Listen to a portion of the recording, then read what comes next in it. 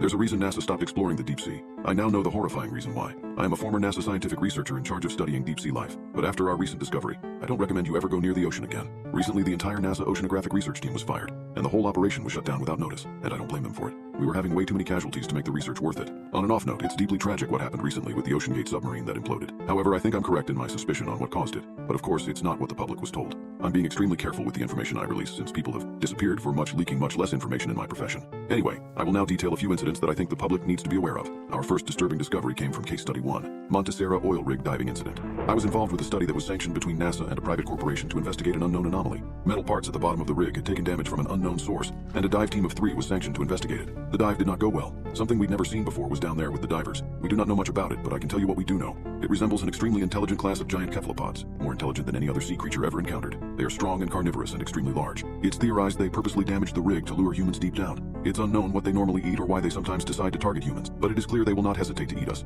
The 3 divers that were attacked had little means to defend themselves. These cephalopods worked in unison with an extreme understanding of human equipment. One cephalopod removed a diver's air tank from his back while another removed his fins. Their tentacles have extreme suction and can attach to any object. A second diver was choked by a cephalopod from behind as another created a distracting light display with its body, showing they had an understanding of how humans breathe. Note, they can flash and take on any color as it suits them, but normally they resemble a black-blue color, which is almost imperceptible at the deep depths that they live, and explains in part how they are able to avoid discovery. Of course, none of us saw them coming in the research vessel up top, and it was too late to warn anyone. The 2 divers who were attacked perished, and we can only assume they were likely consumed. Amazingly, the 3rd diver was able to use an underwater flare to escape and report back the events in detail. As it stands, fire is this life form's only known weakness. We thought that was the worst of it until our next report. Case Study 2, USS Cyclops missing ship log recovery. What began as a normal shipwreck investigation has arguably become one of the biggest cover-ups in history. The ship's location has not been released to the public, and I agree that it should be kept secret. The beings that took that ship down should be avoided at all costs. To this day, the public does not know anything other than that a US ship disappeared. Perhaps these creatures can be blamed for other missing ships, though we cannot prove that. This ship had a log that detailed the same beings encountered at the Montesera oil rig. Black-blue giant squid-resembling entities that work in teams and can use tools. These cephalopods engaged the ship at night in a surprise attack and damaged it beyond repair.